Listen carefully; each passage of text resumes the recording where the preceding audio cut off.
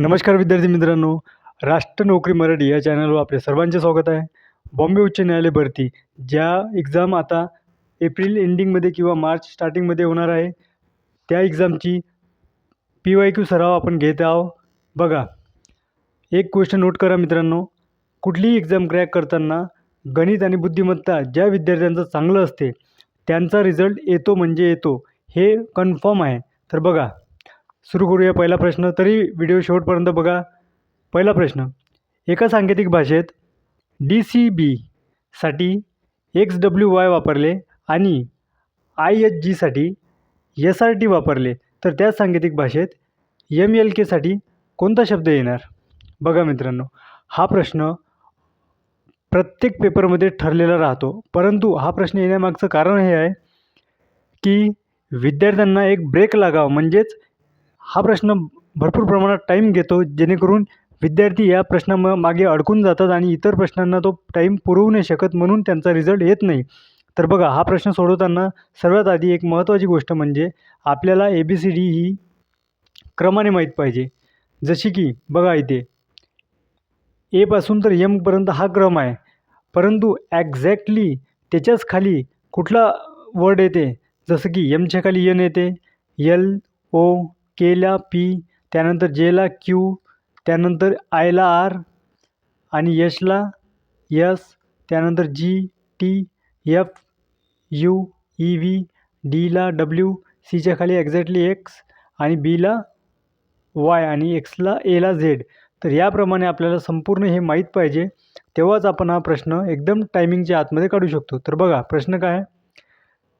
प्रश्नामध्ये विचारलेलं आपल्याला की M आणि LK यासाठी कुठला शब्द येणार? तर मित्रांनो, एक लॉजिकली एक गोष्ट लक्षात ठेवा, प्रश्न सोडवताना बरेचदा लॉजिक वापरावं लागते.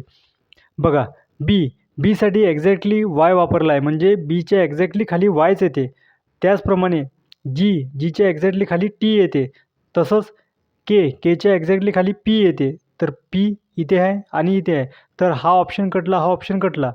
बघा मित्रांनो, सेकंड गोष्ट, हा प्रश्न सोडवताना एक गोष्ट नोटीस करा, यामध्ये आपल्याला वापरलेला आहे M आणि L याला क्रॉस घेतलेला आहे. जसं की बघा, Mला काय येणार तर P आणि Lला काय येणार तो O आणि Kला एक्झॅक्टली काय येणार बघा, Kच्या एक्झॅक्टली खाली येणार P, तसेच Nच्या खाली एक्झॅक्टली येणार N. म्हणजे या प्रश्नाचं उत्तर येणार 4 नंबरचा ऑप्शन ONP. बघा पुढचा प्रश्न, खालील क्रमाने असे किती 6 आहेत ज्यांच्यानंतर 3 लगेच येतो पण आधी लगेच 2 नाही? मित्रांनो, कधीही पेपर सोडवत असताना घाई करू नका, जेणेकरून प्रश्न वाचताना चुकी होणार आणि चुकी झाल्यानंतर ऑप्शन निवडताना चुकी होणार, जेणे की ऑप्शनही चुकीचा निवडला जाणार आणि टायमिंग पण वेस्ट होणार. बघा, यामध्ये विचारलेलं आपल्याला का असे किती 6 आहे ज्यांच्या एक्झॅक्टली नंतर म्हणजे 3 येणार, परंतु लगेच आधी 2 नाही पाहिजे? तर बघा, यामध्ये जेव्हा तुम्ही पेपरला जासाल तेव्हा पेनाने मार्क करून घ्यायचा. हे पहा, इथे 6 आहे, इथे 6 आहे, त्यानंतर इथे 6 आहे, इथे 6 आहे, इथे 6 आहे, आणखी इथे 6 आहे, पुन्हा इथे 6 आहे. तर बघा मित्रांनो, इथे लगेच 3 नाही आहे म्हणून हा ऑप्शन सुटला. इथे लगेच 3 आहे आणि त्याच्या जस्ट आधी 2 नाही आहे, म्हणजे हा ऑप्शन चालणार. इथे तर 3 आहेच नाही, इथे देखील 3 आहे नाही, त्यानंतर इथे 3 आहे आणि जस्ट आधी त्याच्या 2 नाही आहे, म्हणजे हा ऑप्शन चालणार. त्यानंतर बघा, इथे 3 आहे पण त्याच्या आधी जस्ट 2 आहे, म्हणून किती निघाले आपले 2. तर बघा, या प्रश्नाचं उत्तर आहे 3 नंबरचा ऑप्शन म्हणजेच 2. बघा पुढचा प्रश्न, जर पांढऱ्याला काळा, काळ्याला लाल, लालला निळे, निळ्याला पिवळे, पिवळ्याला पांढरे एका विशिष्ट भाषेत म्हटले तर त्या भाषेत टमाटरच्या रंगाला काय म्हणता येईल? तर बघा मित्रांनो, हा अशा प्रकारचा प्रश्न जो आहे हा संपूर्ण वाचत जायचा नाही, पेपरमध्ये टायमिंग वेस्ट करण्याचा हा एक प्रकार आहे. तर बघा, आपल्याला विचारलं काय, हे शेवटी राहते, शेवटची लाईन वाचत जा, ज्यामुळे तुमचं टायमिंग वाचणार आहे. बघा विचारलं काय तर टमाटरचा रंग. आता बघा टमाटरचा रंग काय असतो? लाल. अनेक विद्यार्थ्यांनी लाल 4 नंबरचा ऑप्शन क्लिक केला असता, परंतु यामध्ये काय आहे, एक सांकेतिक कोड दिलेला आहे किंवा सांकेतिक भाषेत रचना मांडलेली आहे. बघा लाल, निळे म्हणजेच काय आहे, लाल म्हणजे निळे असं दर्शवलेलं आहे. म्हणजे मग आपल्याला निवडायचं काय आहे, तर निळे ऑप्शन येणार. म्हणजे लालला निळे म्हटलं आहे असं असं दर्शवलेलं आहे. तर बघा पुढचा प्रश्न, 1, 27, 125, 729 मधात क्वेश्चन मार्क. तर बघा हे प्रश्न एक्झॅक्टली ठेवलेच राहतात मित्रांनो प्रत्येक पेपरमध्ये. बघा 1चा घन, 1चा घन काय राहणार 1, 3चा घन, 3चा घन किती राहणार 27, 5चा घन, 5चा घन किती आहे 125, त्याचप्रमाणे 7चा घन. बघा इथे एकची गॅप देऊन अंक आहे. म्हणजेच कसं आहे, एक जस्ट एकची गॅप म्हणजे 2, 2 सुटले 3, 5, 7 या अंकाने आहे. तर बघा आपल्याला 7चा घन माहीत पाहिजे. 7चा घन काय असते 343. तर पहिलाच ऑप्शन आहे. बघा पुढचा प्रश्न, 5 वर्षापूर्वी अजय व विजय यांच्या वयाची सरासरी 18 वर्ष होती. आज अजय, विजय आणि निकिता म्हणजे एक जण ॲड झाला, ठीक आहे. त्यांच्या वयाची सरासरी 21 वर्ष आहे. 5 वर्षांनंतर निकिताचे वय किती असेल?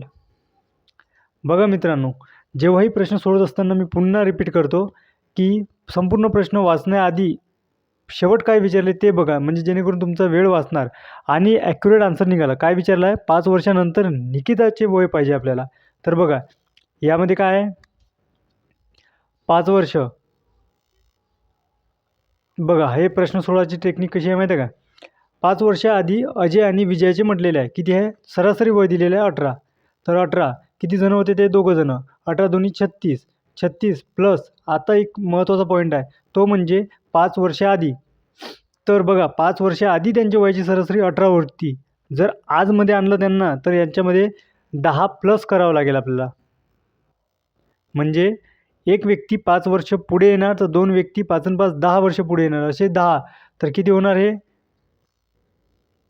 46. तर बघा 46 त्यानंतर मग काय म्हटलेलं आहे, या तिघांची, कोण तिघं? तर अजय, विजय आणि निकिता या तिघांची म्हणजे 3 सरासरी किती आहे? 21 वर्ष. 21 त्रिक 63. 63. तर बघा 63मधून 46 वजा करा. तर बघा मित्रांनो,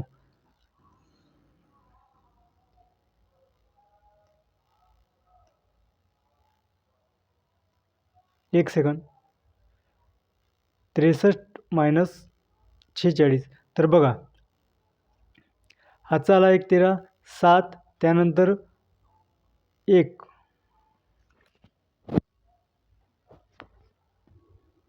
17.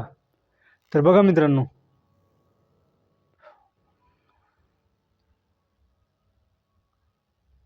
यामध्ये ऑप्शन करेक्शन आहे. इथे 17 पाहिजे.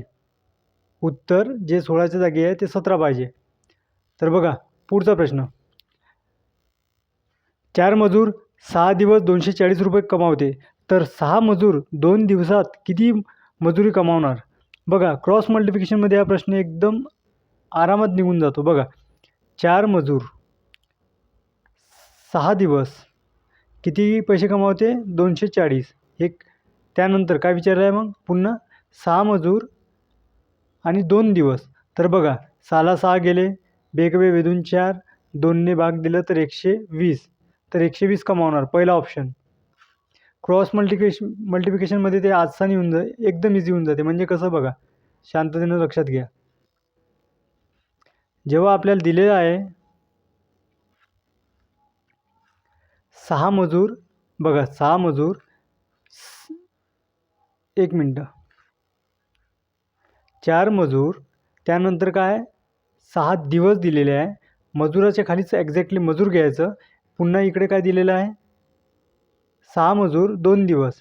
बघा 6 मजूर 2 दिवस त्यानंतर यांचं काम खाली लिहायचं आणि यांचं केलेलं काम इथं लिहायचं. जसं यांची मजुरी किती आहे? 240. तर बघा 6ला 6 गेले, बेकबे बेदून 4, 2ने भाग दिला 240ला तर 120. याप्रमाणे.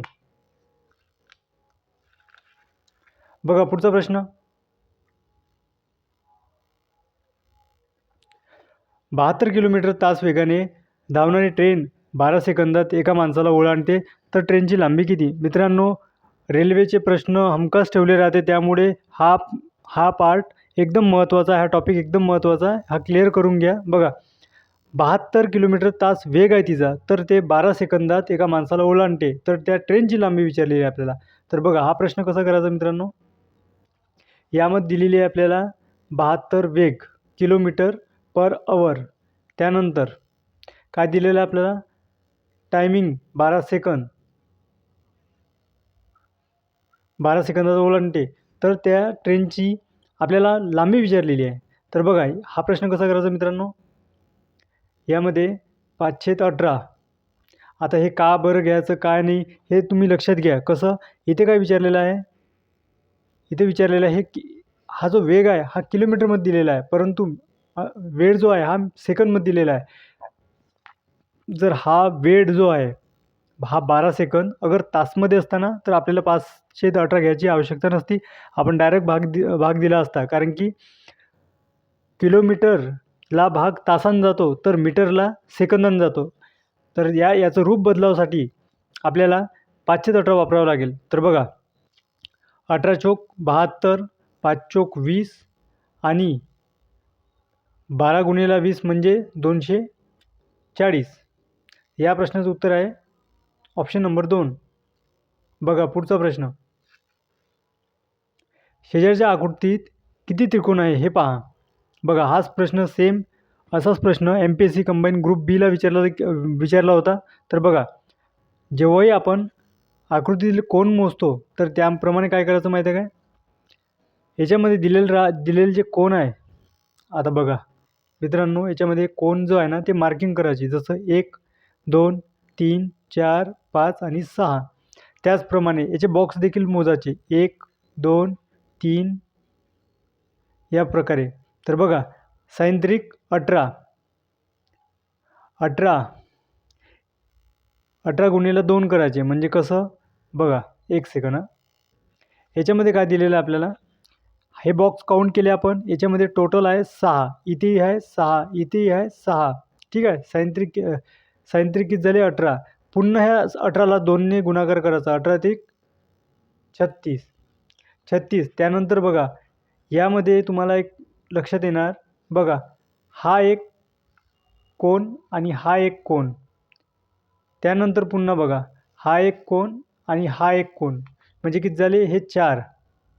36 + 4 किती झाले 40. त्यानंतर पुन्हा बघा मित्रांनो, याच्यामध्ये आणखी कोण पडते, ते म्हणजे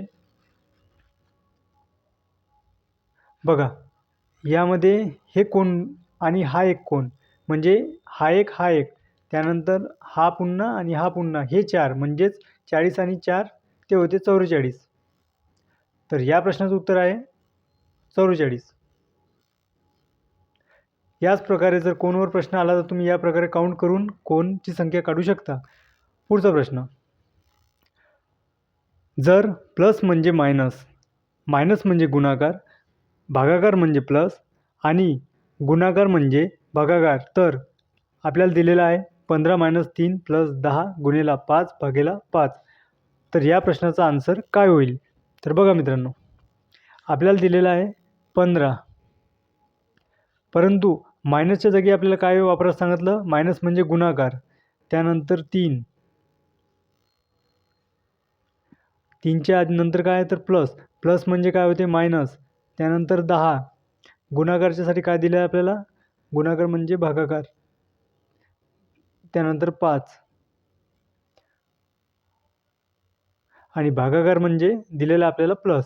तर बघा, यामध्ये बघा, हे करत असताना सर्वात आधी करावं लागते भागाकार, तो म्हणजे हे बोडोमास आहे, हे सर्वांना येते. बघा, 5 × 5 5 2 10, त्यानंतर आहे गुणाकार, 5 त्रिक 45, 45 मायनसचं चिन्ह जसं तसं 2 + 5.